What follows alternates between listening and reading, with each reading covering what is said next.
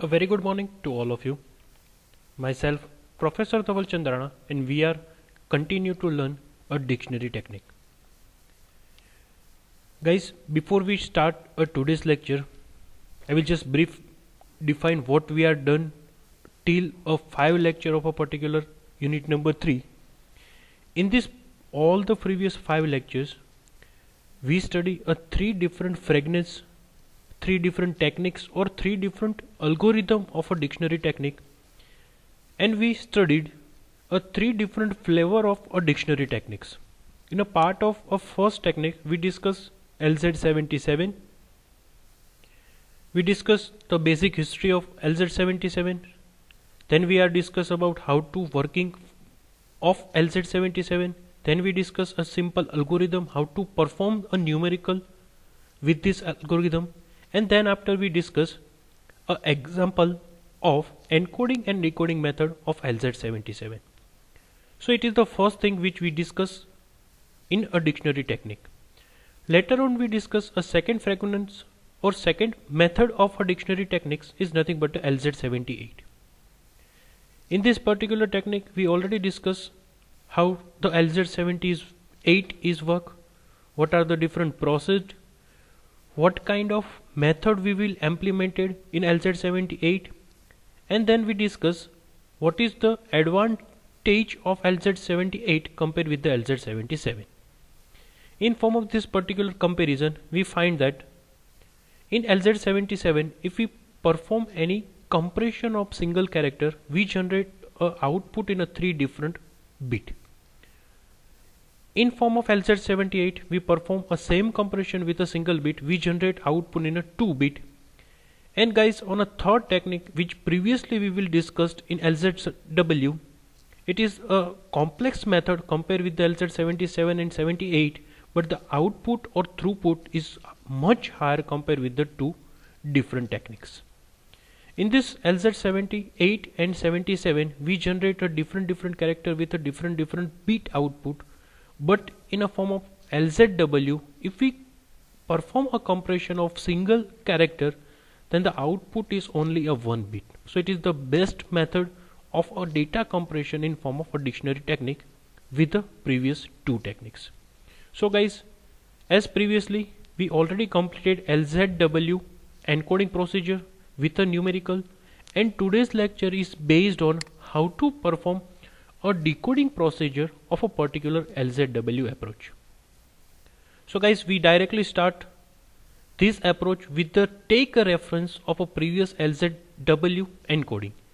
As we know that we have a starting with the LZW approach with the encoding mechanism, and today we discuss about how to perform a decoding.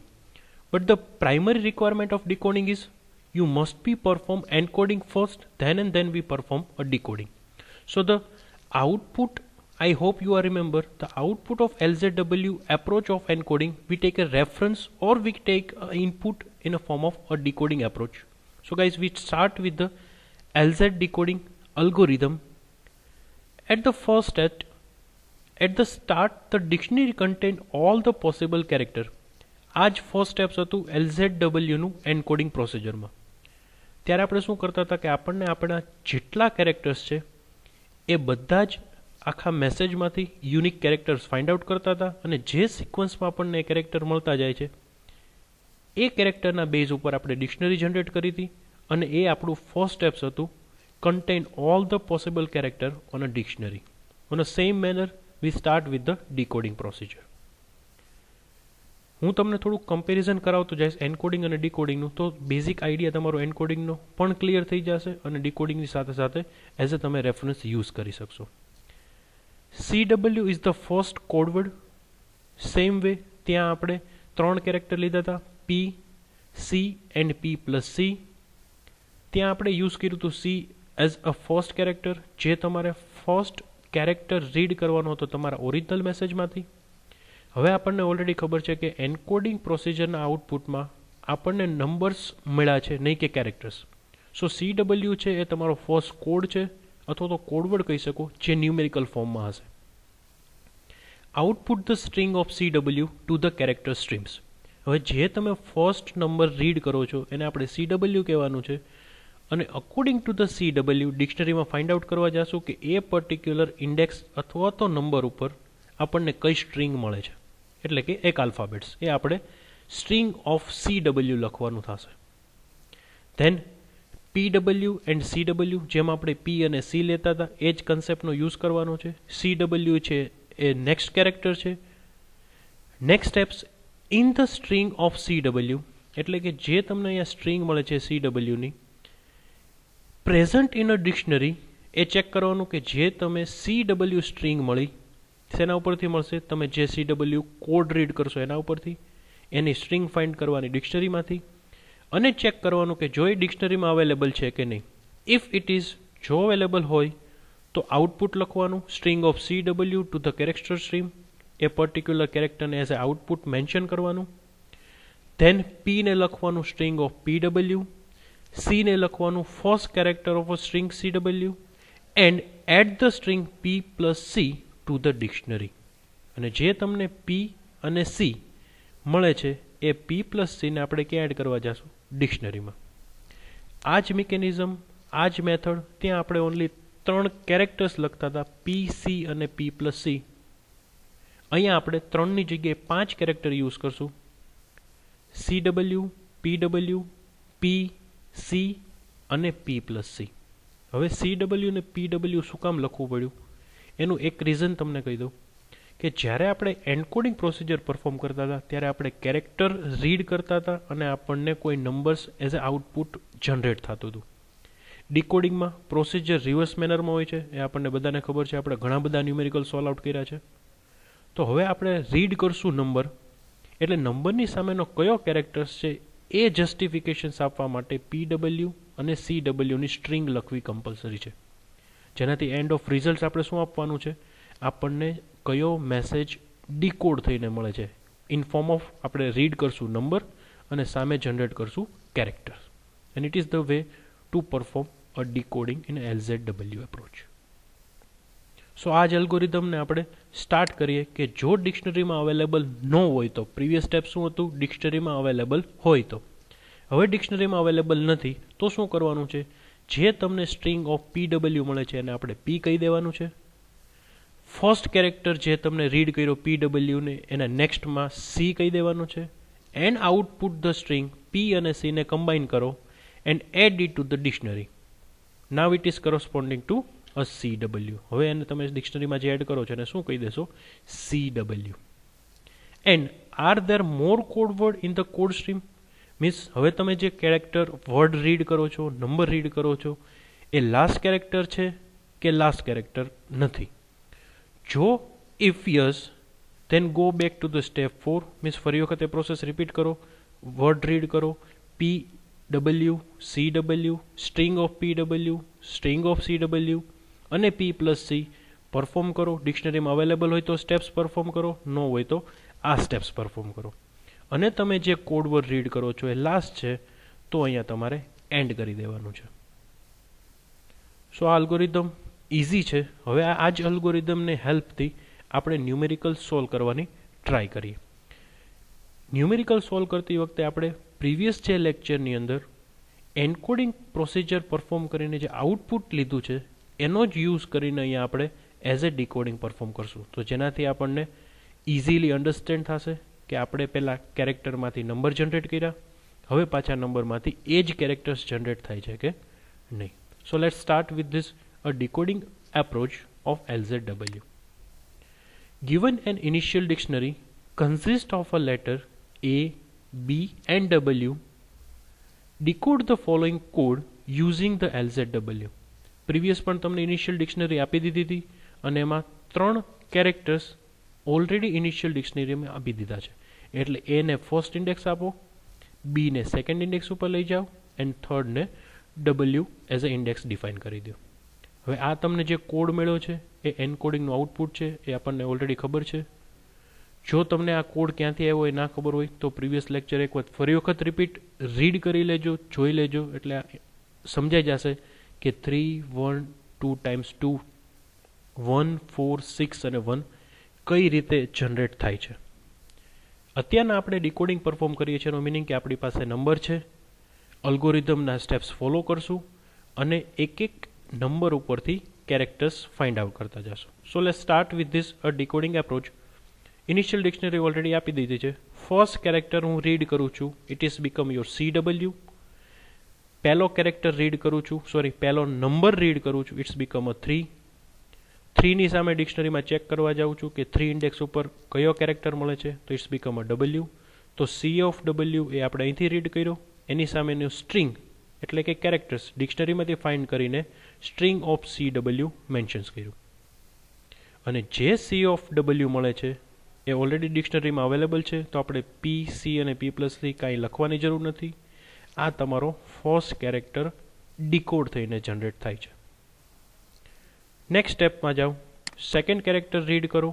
Second character છે 1, C of W છે 1, 1 ની સામેનો character A છે, તો આપણે string of CW લખ્યો A. Previous character શું હતો? નંબર હતો 3, 3 ની સામેની ડિક્શનરી અવેલેબલ છે W. So string of PW શું મળ્યું? સ્ટ્રિંગ ઓફ PW શું મળ્યું? W. હવે તમારે પ્રોસેસ પરફોર્મ કરવાની છે. P તમારો છે એ P ઓફ W કહેવાનો છે, એટલે કે W એ તમારો P થઈ જશે. સ્ટ્રિંગ ઓફ CW છે એને તમારે C કહેવાનો છે, એટલે C હવે A થઈ જશે.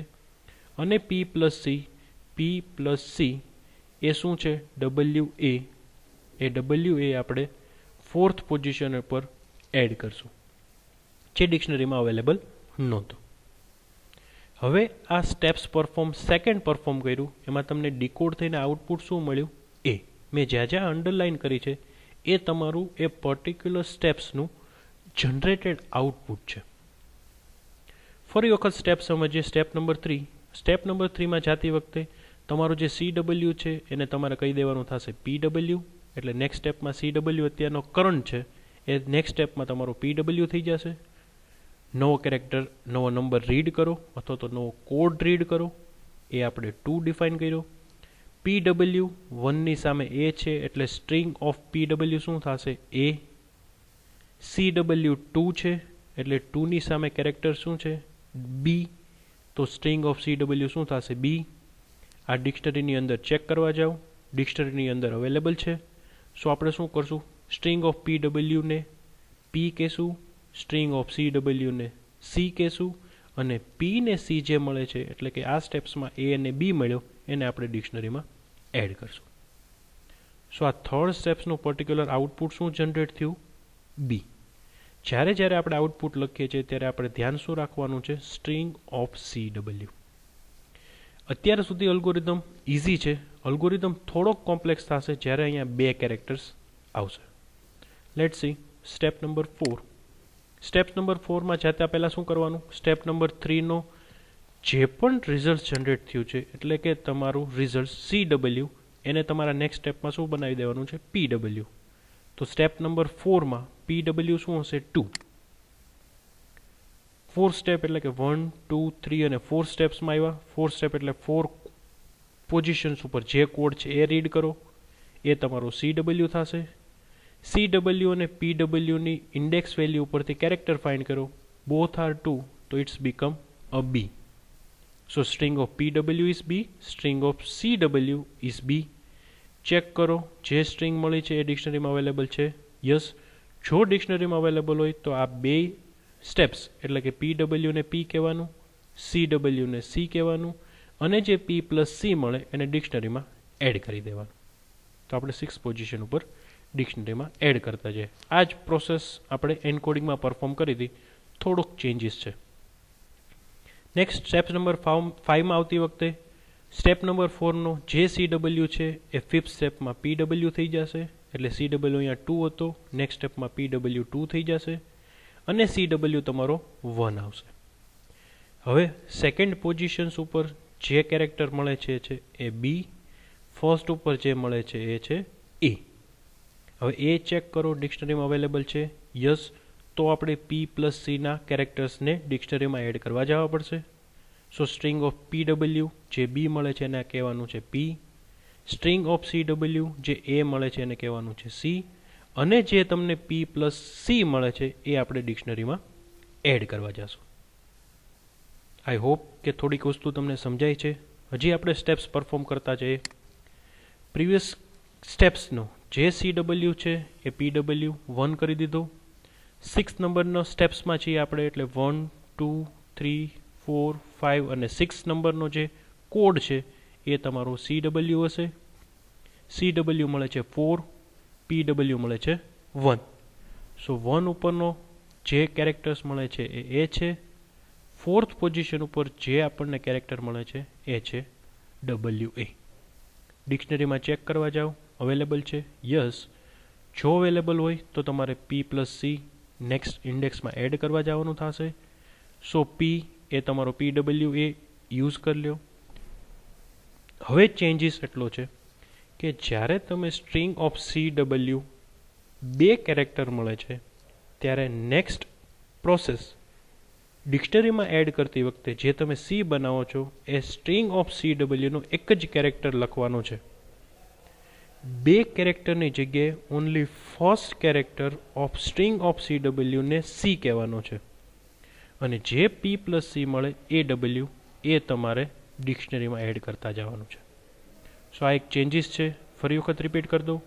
સ્ટ્રિંગ ઓફ CW જે તમને મળે છે WA, એમાંથી ઓનલી ફર્સ્ટ કેરેક્ટર લ્યો અને ફર્સ્ટ કેરેક્ટરને જ તમારે C કહેવાનો છે, નહીં કે બંને કેરેક્ટર.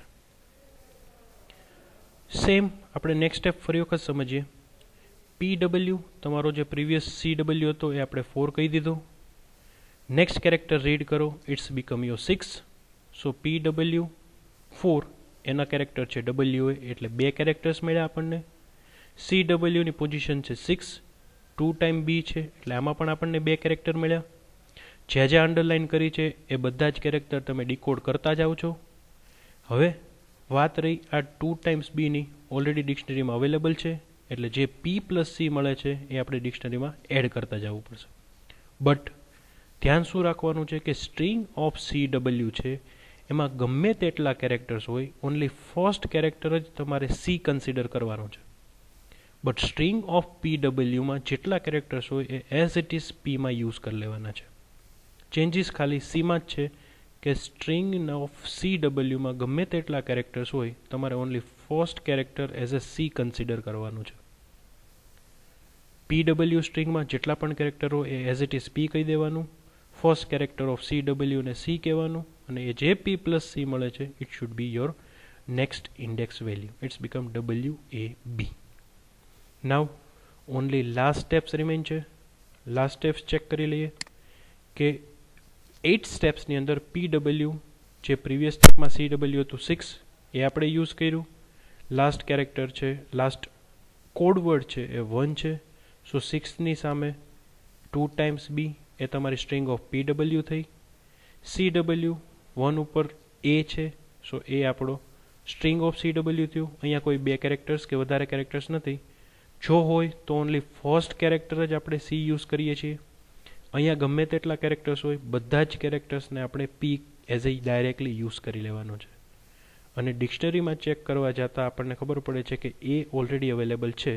સો P પ્લસ C જે મળે છે એટલે કે 2 ટાઈમ B અને A એ આપણે ડિક્શનરીમાં એડ કરશું. અને આ લાસ્ટ સ્ટેપ્સ પરફોર્મ થયા પછી જેટલા પણ અંડરલાઇન કેરેક્ટર્સ છે એ આપણે સ્ટ્રિંગના ફોર્મમાં લખશું. એટલે તમારું જે ઓરિજિનલ આઉટપુટ છે 3 1 2 2 1 4 8 1 નું number of characters W A 2 times B A W A B B અને A જનરેટ થશે. And it is your decoding approach of LZW. Encoding પ્રોસિજરમાં તમને આ કેરેક્ટર સ્ટ્રિંગ્સ આપી હશે અને આપણે આ નંબર ફાઇન્ડ આઉટ કરતા હતા. ડીકોડિંગ પ્રોસિજરમાં પ્રોસેસ રિવર્સ કરશું. તમને આ નંબર સ્ટ્રીમ આપ્યા છે અને એની ઉપરથી આપણે કેરેક્ટર્સ ફાઇન્ડ આઉટ કરતા જઈએ છીએ. ફરી વખત જે એ સ્ટેપ છે કે જેમાં થોડુંક ધ્યાન રાખવાનું છે, ફરી વખત સમજાવી દઉં. જ્યારે તમારી પાસે સ્ટ્રિંગ ઓફ PWમાં ગમે તેટલા કેરેક્ટર્સ આવે એ બધા જ કેરેક્ટરને તમારે P તરીકે યુઝ કરવાનો છે. બટ સ્ટ્રિંગ ઓફ CWમાં એકથી વધારે કેરેક્ટર્સ આવે પછી તે ગમે તેટલા કેરેક્ટર્સ હોય, ઓનલી ફર્સ્ટ કેરેક્ટર જ એઝ એ સી તમારે કન્સિડર કરવાનો છે, નહીં કે બધા જ કેરેક્ટર્સ. બટ આ એક જ સ્ટેપ્સ છે કે જેમાં તમારે યાદ રાખવું પડશે. બાકીના બધા step as it is encoding પ્રોસિજરમાં જેમ પરફોર્મ કર્યા હતા એ જ સ્ટેપ્સ તમારે ડીકોડિંગમાં પણ પરફોર્મ કરવાનું છે.